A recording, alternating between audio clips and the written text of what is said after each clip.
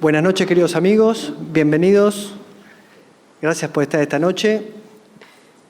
Ante todo, quiero agradecer a las autoridades de la Universidad de La Plata por habernos cedido este espacio.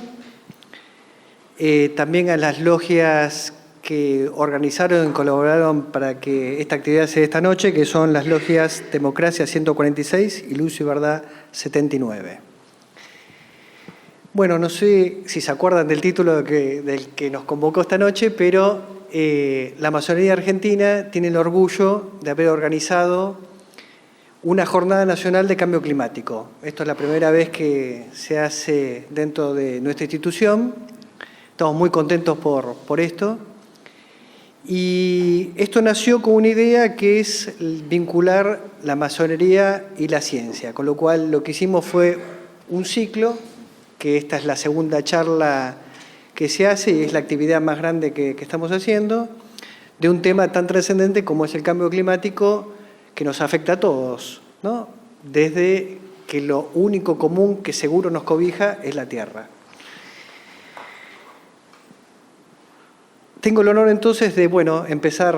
No estaba previsto que yo fuera moderador. Yo me presento, soy Mariano Cravedi, soy el coordinador de la Comisión de Ciencia y Tecnología de la Gran Logia, que junto a la Subcomisión de Cultura de la Gran Logia está organizando esto en 14 ciudades de la Argentina, en una jornada que empezó ayer en Misiones, El Dorado, y va a terminar mañana simultáneamente en varias ciudades que estamos desde Bariloche hasta Salta y otras ciudades en la Argentina.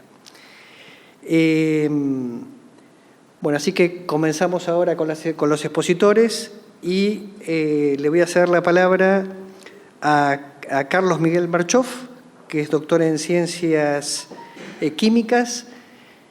Carlos, que tenemos el gusto que nos acompañe esta noche, ha sido el fundador de UBATEC, Sociedad Anónima, que hace las vinculaciones tecnológicas de la UBA con el mundo real, donde están las aplicaciones con la industria, tan importante para generar trabajo y tener una soberanía propia de nuestro país.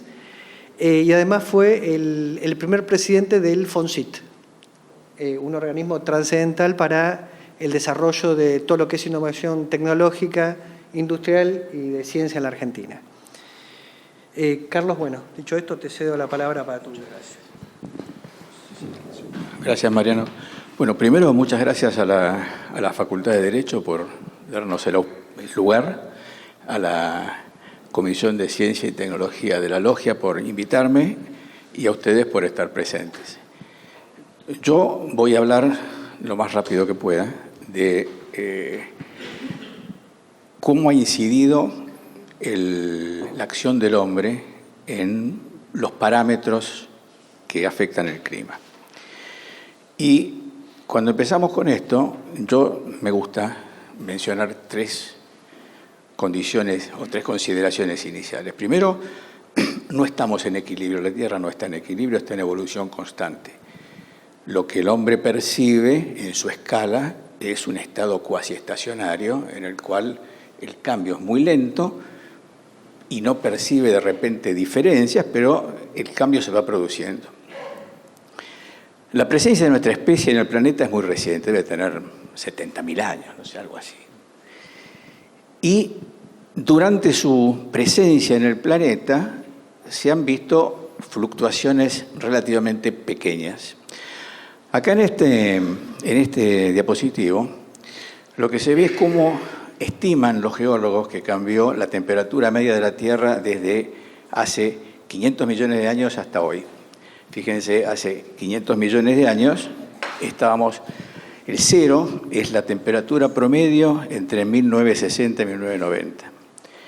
Hace 500 millones de años estaba 14 grados por encima de la temperatura promedio, hace 300 estábamos 3 grados abajo, y esto ha tenido un movimiento importante en escala de miles y millones de años.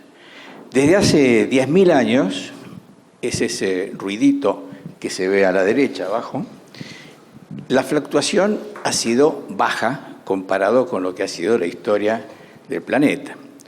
Y esa baja fluctuaciones, lo que ha permitido cierta estabilidad de las especies. ¿Cuáles han sido las causas históricas de los cambios climáticos? Primero, las variaciones periódicas de la órbita de la Tierra. Segundo, los cambios en la intensidad de la radiación del Sol. Las erupciones volcánicas y eventos astrales que, como suponen algunos, una lluvia de meteoritos hizo desaparecer los dinosaurios. Es una de las teorías que existen. Vamos a mirar rápidamente cada uno de estos factores. Hay 3 aspectos en la órbita planetaria que se van modificando con el tiempo, que están descritos por Milankovitch, que era un astrónomo polaco, creo, donde uno tiene 3 factores. Primero, variaciones de la excentricidad de la órbita, es decir, el movimiento. No quiere. Bueno.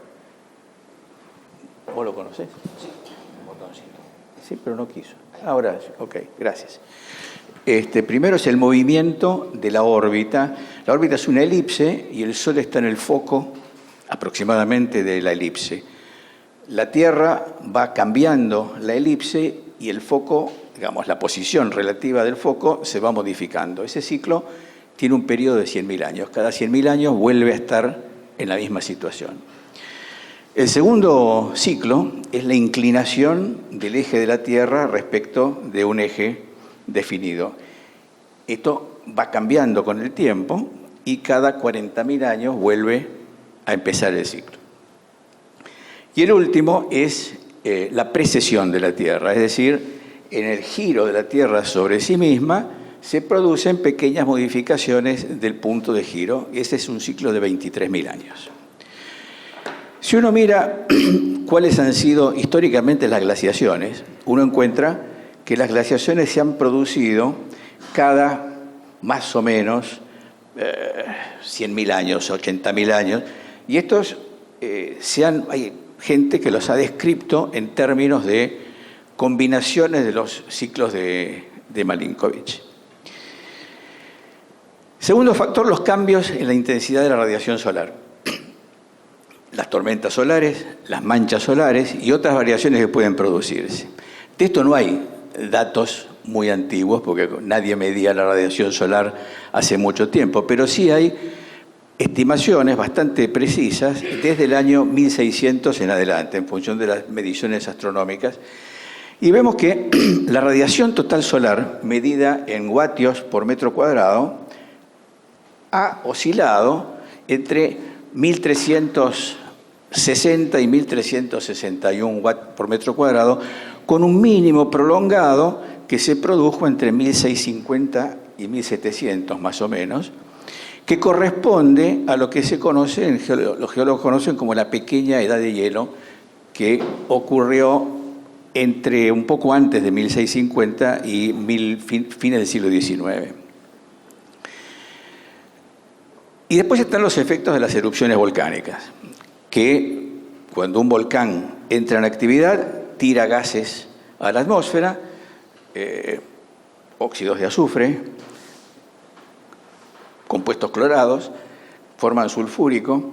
Estas moléculas son capaces de absorber radiación que sale de la Tierra, es decir, se va enfriando, va tomando calor de la Tierra, va enfriando la Tierra y se van calentando la troposfera y la atmósfera. La pequeña edad de hielo, que ocurrió, como les dije, entre 1500 y pico, 1600, tiene este perfil de radiación solar detallado, que como ven cambia respecto del otro gráfico. Este marca 1363, 1365, otro 1361. Bueno, esto tiene que ver con cuáles son las hipótesis que cada uno de los científicos que estuvieron evaluando esto hicieron para hacer el modelo. Y este es un punto crucial en la discusión que yo quiero hacer. ¿Cuáles son las hipótesis de los modelos con los cuales se trabaja?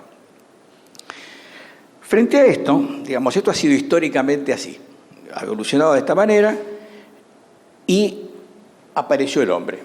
El hombre es una especie animal que suponemos que se tiene que comportar como cualquier especie animal.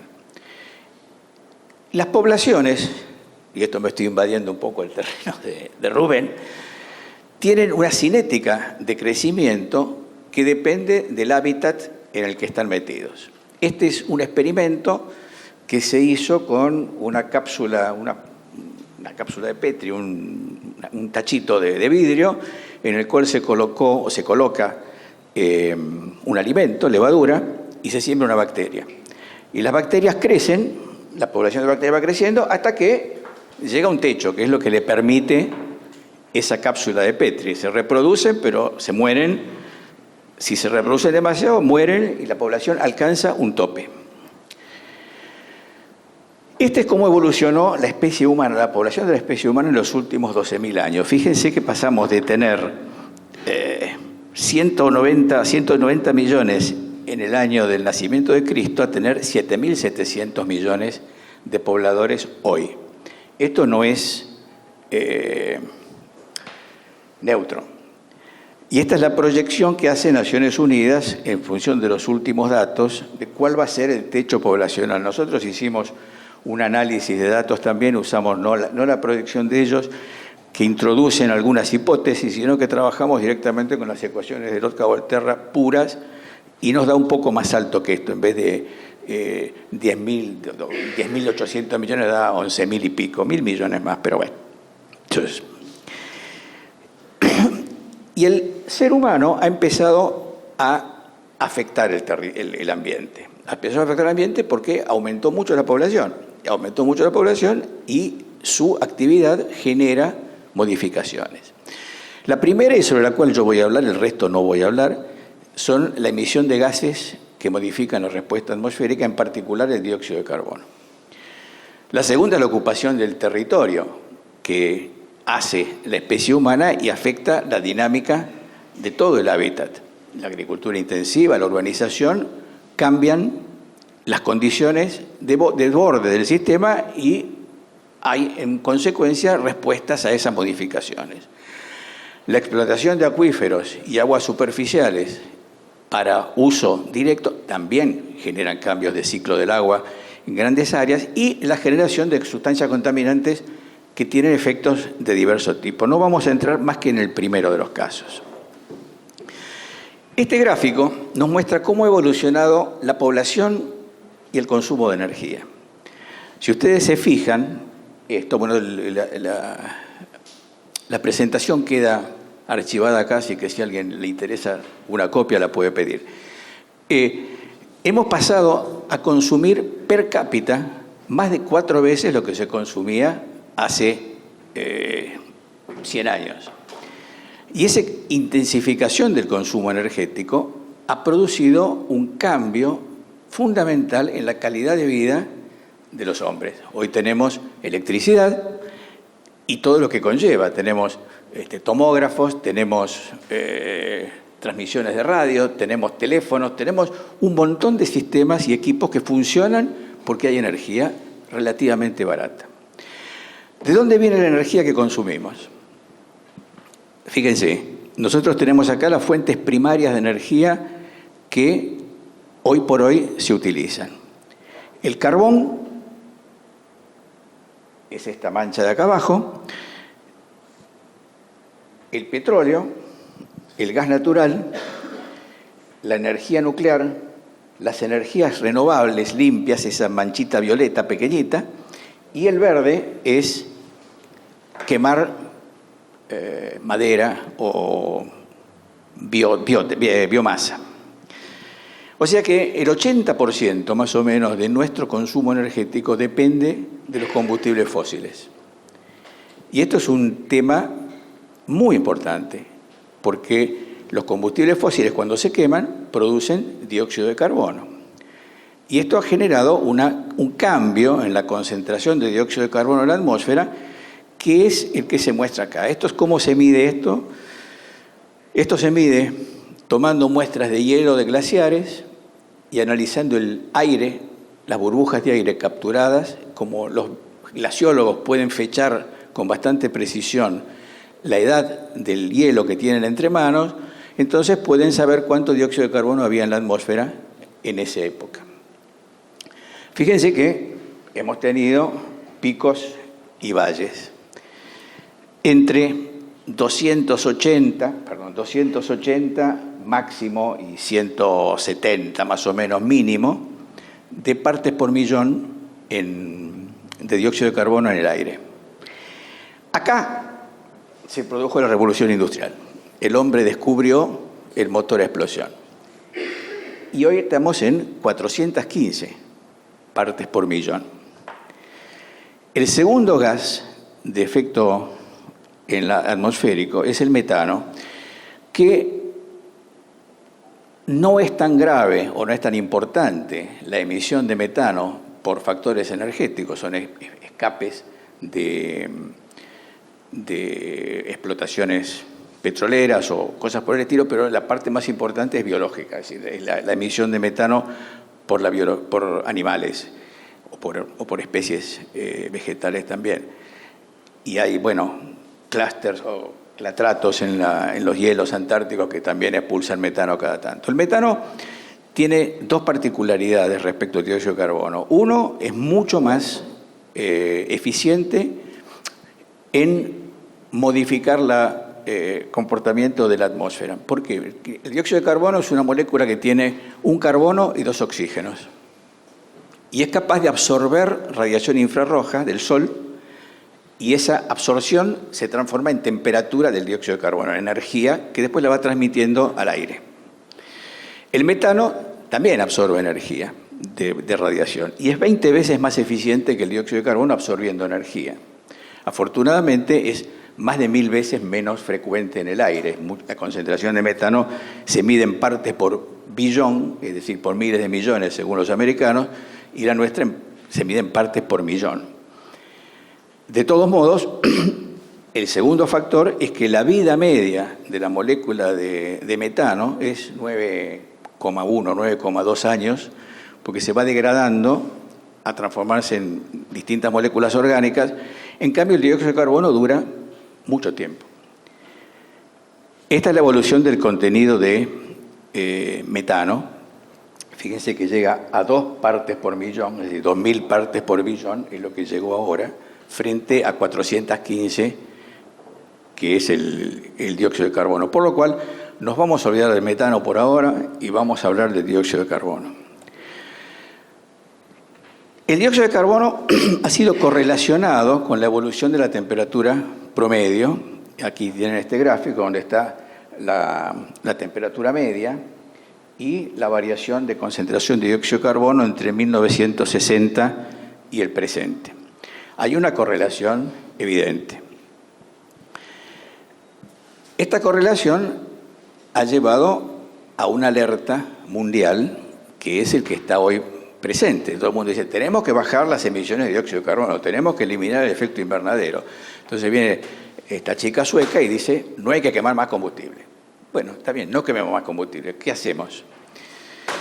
No, porque el dióxido de carbono va a elevar el nivel del mar, va a cambiar el pH del agua de los océanos, va a acelerar el retroceso de los glaciares y va a modificar los periodos de glaciaciones. Es decir, va a ser un lío terrible. Fíjense, esto es una gráfica en la que se superpone la concentración de dióxido de carbono entre el año 400.000 a.C. y nosotros con las glaciaciones. Y hay efectivamente un paralelo importante. Pero esto es lo que me interesa resaltar. ¿Cuál es la demanda energética proyectada para el mundo? La gente quiere energía. En este gráfico vemos que los cuadros, las columnas azules, es la demanda energética de los países ricos, los países pertenecientes a la OECD. Como ven, esto es en 2015, esto es en 2030, esto en 2040, bajo dos hipótesis, una de bajo crecimiento, la otra de alto crecimiento. En todos los casos, el consumo de energía en los países desarrollados no se modifica mucho. ¿Por qué? Porque ya han llegado a su nivel de confort. Están satisfechos con la situación que tienen y no necesitan aumentar. En cambio, los países que no están satisfechos son los que requieren aumentar el consumo de energía. Y ese aumento de consumo de energía es lo que los países desarrollados dicen, no lo tienen que hacer ustedes. Ustedes quédense como están y sigamos todos contentos y estaremos felices, especialmente nosotros. Ahora, la pregunta es cómo se puede resolver este dilema, porque este es un dilema. Nosotros queremos crecer, necesitamos energía para crecer, pero el clima se afecta con el crecimiento de energía. ¿Cómo se afecta el clima? Eso vamos a hablar un poco al final. Muy bien. ¿Cómo puedo yo reemplazar a los combustibles fósiles? ¿Con qué los puedo reemplazar? ¿Cuál es la demanda que yo tengo? Fíjense que la demanda acá está expresada en petawatt, no en cuadrillones de BTU, pero está después pasado a petawatt hora año. Petawatt es 200 con 15 ceros después. Eso es un petawatt. O sea que es 200.000 billones de watt hora. Eso es lo que es el horizonte de consumo cercano. Esto es lo que estamos consumiendo 170.000 billones de watt hora, o si quieren 170 billones de kilovatios hora, para que tengan idea de la monstruosidad de energía que estamos utilizando. ¿Quién puede sostener esa demanda? Esta es la primera pregunta. ¿Cómo puedo sostener esa demanda? La hidroelectricidad, olvídense, no puede. Tiene muy poca capacidad portadora. La energía nuclear podría atender el 20% de la demanda durante 40 años. ¿Por qué? Porque se acaba el uranio. Por lo menos la cantidad de uranio que se conoce existente, con un impacto que son los residuos peligrosos que genera y los riesgos operativos que ya sabemos que pueden ocurrir porque hay un maremoto, un tsunami en Japón y una central que está diseñada perfectamente, le entra agua del maremoto o del tsunami y se transforma en un problema importante. Las reservas de combustibles fósiles conocidas podrían sostener el 100% de la demanda durante 70 años. O sea que hay un horizonte de uso de combustibles fósiles que podría mantenerse, con la consecuencia de emitir dióxido de carbono, cenizas y otros contaminantes. La energía eólica puede atender el 30% de la demanda, no porque no haya suficiente, sino porque las características de la energía eólica hacen muy difícil que uno pueda utilizarla en forma inmediata. ¿Por qué? Porque las fluctuaciones son muy bruscas, el sistema de control de los circuitos eléctricos se hace difícil y tampoco hay tanta. La que sí puede sostener la demanda es la energía solar. La energía solar hay suficiente como para atender la demanda, pero tiene dos problemas. Uno, las discontinuidades. Es decir, yo tengo energía solar cuando hay sol y no hay nubes, tengo más, cuando hay nubes tengo menos. Segundo, la afectación de área. Tengo que ocupar áreas muy grandes para poder usar la energía solar. Tengo un efecto de contaminantes, porque las obleas solares tienen concentraciones pequeñas de elementos tóxicos, arsénico, por ejemplo. Y pueden generar impactos locales del clima. Ahora, supongamos que efectivamente queremos decidir una solución, queremos diseñar una solución. Eliminemos los combustibles fósiles. No es posible hacerlo en lo inmediato. Es decir, cortar los combustibles fósiles por un decreto, es decir, a partir de ahora no se quema más nada, es una revolución social insostenible. ¿Cómo se puede manejar esto? Primero, eliminar el dióxido de carbono. Eliminar el dióxido de carbono es posible, es técnicamente posible. Hay 3 tecnologías posibles. Por absorción, en reacción en sustancias químicas que absorben el dióxido de carbono y después, procesándolo al revés, lo liberan. Es decir, yo puedo capturar dióxido de carbono utilizando algunas aminas líquidas y luego llevar eso a una condición de temperatura y presión adecuada, libero el dióxido de carbono, lo absorbo, lo comprimo ¿Y qué hago con el dióxido de carbono? Bueno, lo tengo ahí, puedo fabricar cosas, si puedo utilizar el carbono ahí, hacerlo reaccionar con agua, producir hidrocarburos, y con los hidrocarburos, o producir sustancias orgánicas, y con eso fabricar plásticos, por ejemplo, o sea que lo elimino del ambiente. O lo puedo congelar, que es la otra posibilidad, la criogenia, es decir, hacer hielo seco en grandes cantidades, y después había un teórico que decía enviarlo al espacio, por ejemplo, es decir, dispararlo en un cohete y sacar el dióxido de carbono al espacio. Y lo otro es la bioabsorción, es decir, organismos que puedan absorber el dióxido de carbono a gran velocidad. Si la tecnología existe, el problema es que poner en marcha una tecnología de este tipo es costoso, primero, nadie va a querer pagar por esto. Segundo, es un proceso que va a ser lento. Y el otro problema es decir, bueno, está bien, yo puedo, supongamos que puedo capturar dióxido de carbono y poder seguir quemando fósiles durante 70 años.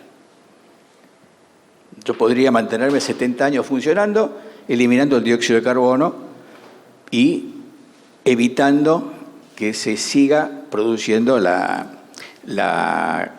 aumento de la concentración en la atmósfera, incluso bajarlo. Pero ¿cómo voy a reemplazar a los combustibles fósiles? Pongamos que yo tengo centrales eólicas que pueden eventualmente despachar directamente energía, como está sucediendo hoy con las centrales eólicas del país, o puedo almacenar energía sobrante. La energía, el gran secreto o el gran problema de estas energías es que no tienen acoplada la oferta con la demanda. Es decir, ellos generan cuando hay sol, generan cuando hay viento, no cuando uno quiere.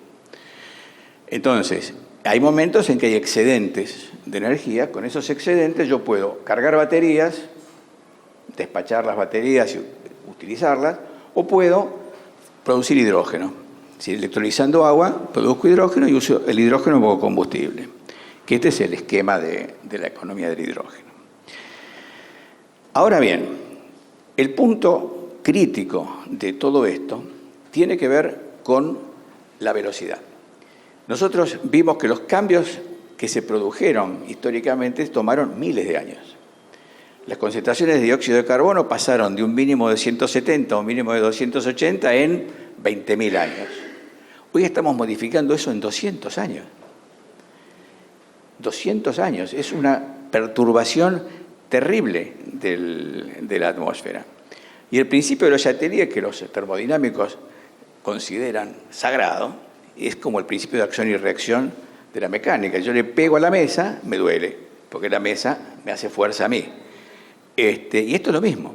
Yo perturbo la atmósfera, va a reaccionar. Por eso yo soy fuertemente escéptico respecto de las predicciones de modelos. Nadie puede decir qué es lo que va a pasar.